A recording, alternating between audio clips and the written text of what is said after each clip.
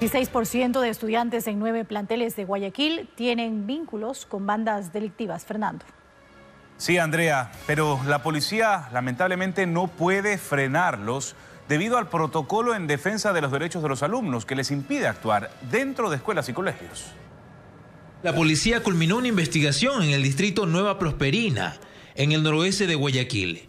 Determina que el 16% de estudiantes en 9 planteles tienen vínculos con 3 bandas narcodelictivas. Estamos hablando de si aquí existen más de 2.000 estudiantes, imagínense en el 16%, son más de 200 estudiantes que están vinculados a estas... Por unidad educativa. Por unidad educativa. Los implicados son alumnos desde los 12 años, que acuden a las aulas cada 2 semanas para extorsionar a docentes y a sus compañeros de clases, a quienes les piden $1 a cambio de no agredirlos. Tenemos casos, por ejemplo, de que les piden $2.000 a todos los profesores de una unidad educativa para dejarles laborar. Los muchachos ahora están con este tema de los animes, utilizan esas figuritas y ahí ponen droga para que sea más comercial. Algunos de los profesores afectados han presentado su denuncia en la fiscalía, mientras otros, por temor a represalias, evitan hacerlo y son amenazados para que pasen de año a los adolescentes infractores. Es un secreto a voces lo que ha confirmado el jefe del distrito Nueva Prosperina: el reclutamiento de menores de edad en escuelas y colegios, y quizá esto sea solo la muestra de un botón a nivel nacional.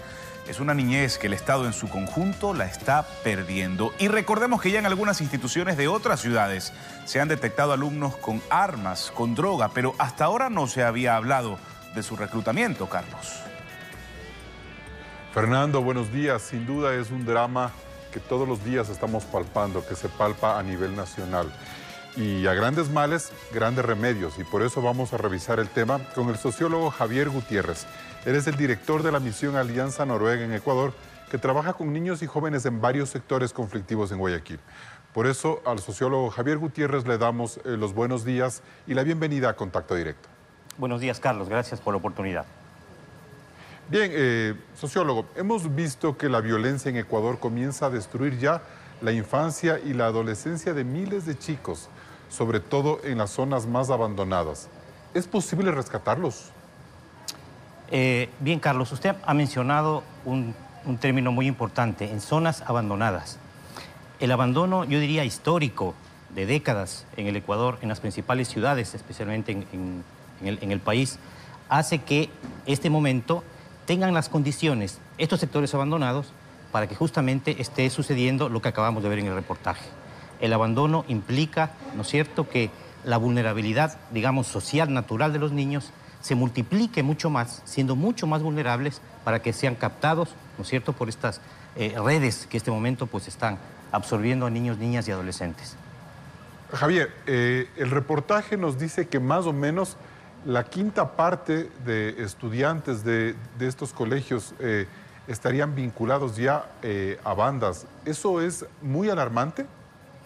Por supuesto que sí, porque es un proceso que va a seguir avanzando si no se toman de manera urgente y radical medidas que generen oportunidades para los niños, niñas y adolescentes y medidas que generen oportunidades para sus familias, ¿cierto? Lo que nosotros como sociedad, las instituciones, las autoridades, el sistema educativo, el sistema de salud, el sistema de control, etcétera, debemos hacer es unirnos de una manera, yo diría, radical y sostenible en el tiempo para generar espacios públicos de recreación para los niños, que tengan oportunidades para que ellos desarrollen su condición de niños, niñas y adolescentes, que hoy en esos territorios y espacios vulnerables no los tienen. Entonces, lo que usted menciona, Carlos, es muy grave, no solamente por lo que sucede ahora, sino también por lo que puede suceder, ¿no es cierto?, a futuro, si no se toman las medidas, yo diría, radicales, Javier, permanentes en este sentido. Antes de detallar esas medidas que son el eje central de esta entrevista, sí quisiera pedirle que me precise algunas cosas. Por ejemplo, ¿qué pasa con esos chicos que entran en esa espiral de violencia? ¿Es un reclutamiento forzoso? ¿Algunos quieren salir y no lo pueden hacer? ¿Cómo es esa dinámica, Javier? Bueno, nosotros en diálogos que hemos tenido, ¿no es cierto?, con habitantes de comunidades en situación de vulnerabilidad y de riesgo en este momento, hemos escuchado que niños y niñas, como usted lo menciona, son absorbidos de manera forzosa para formar parte de estas redes. Muchos de estos niños y sus padres quieren que salgan, ¿no es cierto?, de esta situación, pero ya no lo pueden hacer. Digamos, es casi una situación de no retorno, ¿no es cierto? Padres hemos escuchado que buscan que sus niños, que ya están en esta situación, ¿no es cierto?, logren encontrar espacios deportivos, culturales, para que de alguna manera, progresivamente, ellos puedan salir de este círculo, ¿no es cierto?, de esta situación. Pero es muy difícil salir no solamente por la característica del funcionamiento de estas redes, sino también porque no existen alternativas y opciones para las familias y los niños, ¿no es cierto?, que puedan desarrollarse como tales. De todas maneras, puede sonar como esperanzador que exista este grado de conciencia, en el sentido de que saben que si hay una oportunidad que a estos chicos les separe de estos círculos en los que están inmersos en la violencia, se pueda hacer algo. Por eso es que sus padres tratan de alguna manera de sacarlos de estas bandas para llevarlas a programas, por ejemplo, como los que ofrece Alianza Noruega. Yo creo que sí, es decir, siempre hay como padres de familia, ¿no es cierto?, siempre hay un esfuerzo sobrehumano para evitar que sus hijos o hijas formen parte de estas bandas. Y por otro lado, la búsqueda de opciones para que ellos tengan, digamos, alternativas de esparcimiento, de recreación y de un desarrollo normal que debe, como derecho, tener un niño o niña. Sí, yo creo que, Carlos, siempre como padres de familia, digamos, van a estar en ese camino, en ese esfuerzo. Pero en este momento la actuación de las bandas supera toda intención de los padres. Pero, por ejemplo, Javier, ¿qué ha hecho Alianza Noruega? ¿Qué tipo de programa, por ejemplo, les ha funcionado como para que se vuelva un imán para que estos chicos se sientan atraídos por estas alternativas que se pueden presentar? ¿En qué se han enfocado, por ejemplo? Mire, yo creo que hemos escuchado también en este medio experiencias prácticas que se han desarrollado en otras ciudades, en Medellín, en Iztapalapa, en México, etcétera. Lo que hacemos nosotros de manera conjunta con otras organizaciones sociales, con el gobierno local, con universidades, es contar con espacios, ¿no es cierto?, que les permita a los niños desarrollarse en deporte, en cultura, ¿no es cierto?, en fortalecer su situación académica con refuerzo escolar, en encuentros entre los jóvenes. Los jóvenes y los niños necesitan encuentros a través del arte, la música, necesitan desarrollarse como tal. Entonces, el esfuerzo nuestro es justamente, ¿no es cierto?, tejer espacios comunitarios en los cuales los niños y niñas puedan involucrarse. Pero este esfuerzo no debe ser solamente de una organización. Como hemos visto en otras ciudades, el esfuerzo debe ser conjunto, articulado, entre todas las instituciones públicas, Javier, académicas y de gobiernos locales. ¿Por qué ciudades como Guayaquil no han logrado emular el trabajo que se hizo en Medellín a inicios de los años 2000 para rescatar a los chicos de las bandas criminales? ¿Qué está pasando en Guayaquil? A ver, yo creo que lo primero es que Guayaquil no había enfrentado, ¿no es cierto?, una situación similar a la de otras ciudades como Medellín u otras ciudades como en México, ¿no? Eso por un lado. Por otro lado, lo que ha sucedido en Guayaquil ha sido vertiginoso, de manera, digamos, extremadamente rápida. Entonces, en este momento estamos buscando, ¿no es cierto?, experiencias para nosotros poder aplicarlas en nuestro contexto. Eso es muy importante considerar. El contexto de Medellín no es el mismo contexto que está atravesando en este momento Guayaquil. Entonces, yo diría, por un lado, eso, Carlos. Es decir, nosotros no vivíamos esa situación y ha sido demasiado rápido. ¿Cuál es la diferencia, Javier? ¿Qué le hace diferente, a más de la velocidad, al caso guayaquileño con el caso de Medellín? Mire, yo creo que primero que nos encontró desarticulados de alguna manera, ¿no?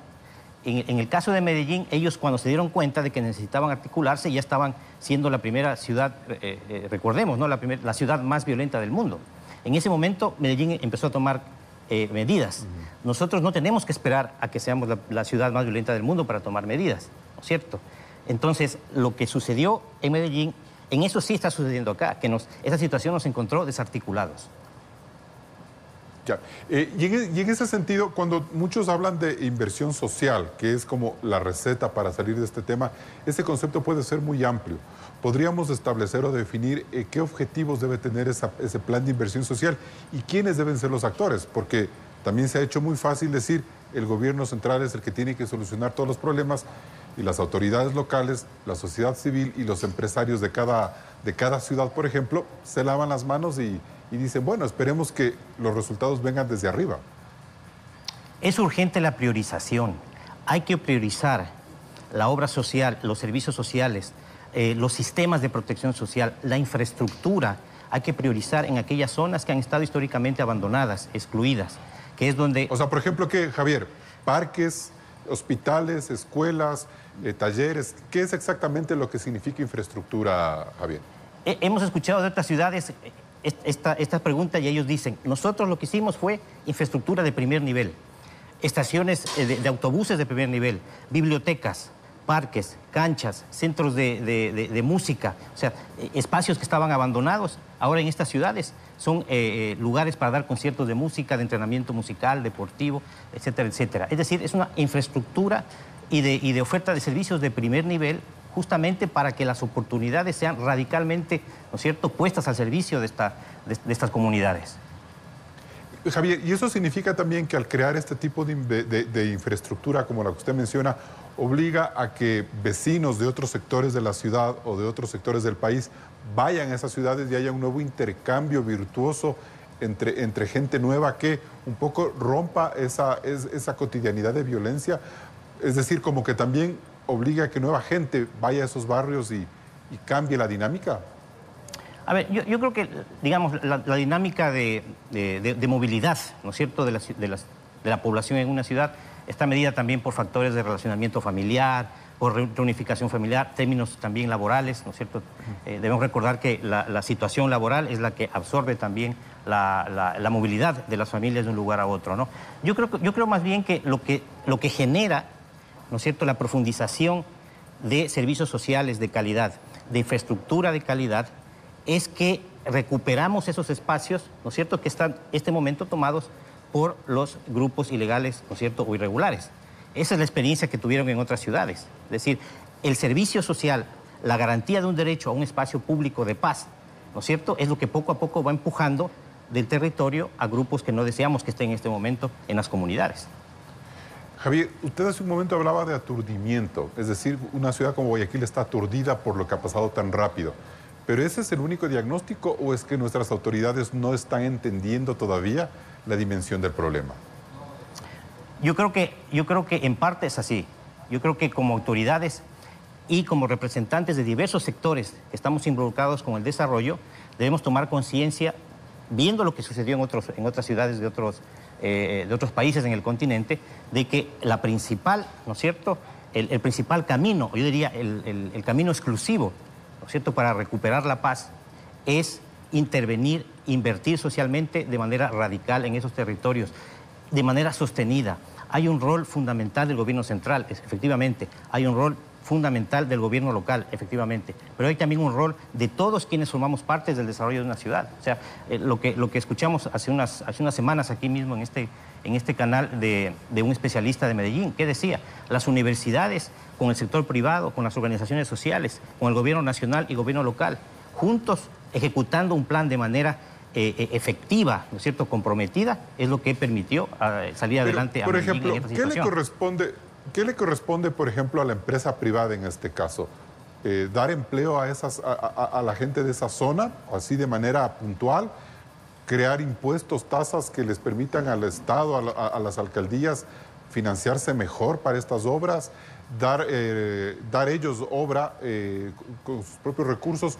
¿Cómo podría ser el papel, por ejemplo, de la empresa privada en una ciudad como Guayaquil, donde estos sectores, el sector empresarial, es muy dinámico, tiene recursos y sobre todo tiene un historial de ayuda, de donación, de beneficencia?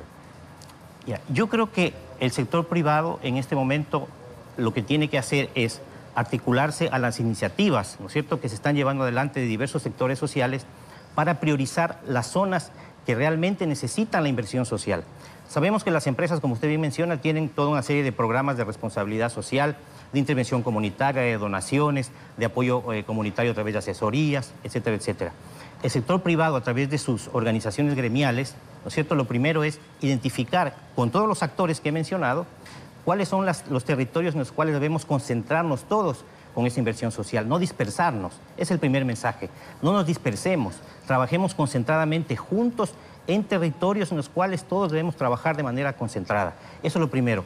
Y lo segundo es que sus proyectos de responsabilidad social deben estar articulados a estos acuerdos, ¿no es cierto? Es decir, recuperemos espacios públicos, ¿no es cierto? Demos oportunidades de esparcimiento a los jóvenes, demos oportunidades a los jóvenes que ya están en edad de trabajar, demos oportunidades para que ellos también comiencen a tener oportunidades laborales.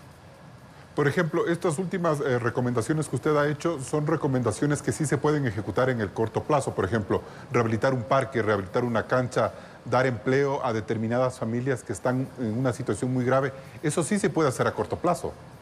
Por supuesto que sí, por supuesto que sí. ¿Ya? Estamos ya trabajando incluso en ese sentido.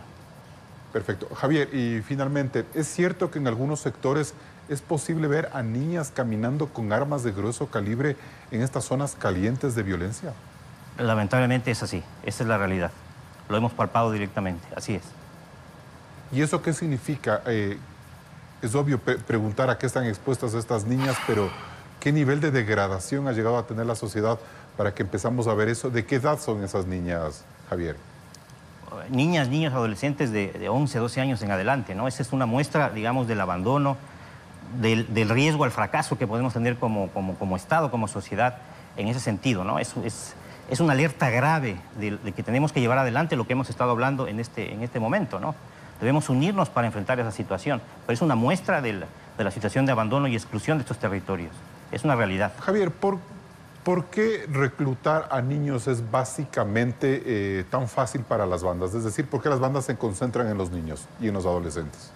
Porque por su vulnerabilidad, por la situación de abandono en la que están enfrentados los niños, básicamente por, digamos, la edad en la que están, ¿no es cierto?, de vulnerabilidad, de inocencia y de falta de mecanismos de protección para ellos. Bien, Javier Gutiérrez, sociólogo, director de la misión Alianza Noruega en Ecuador.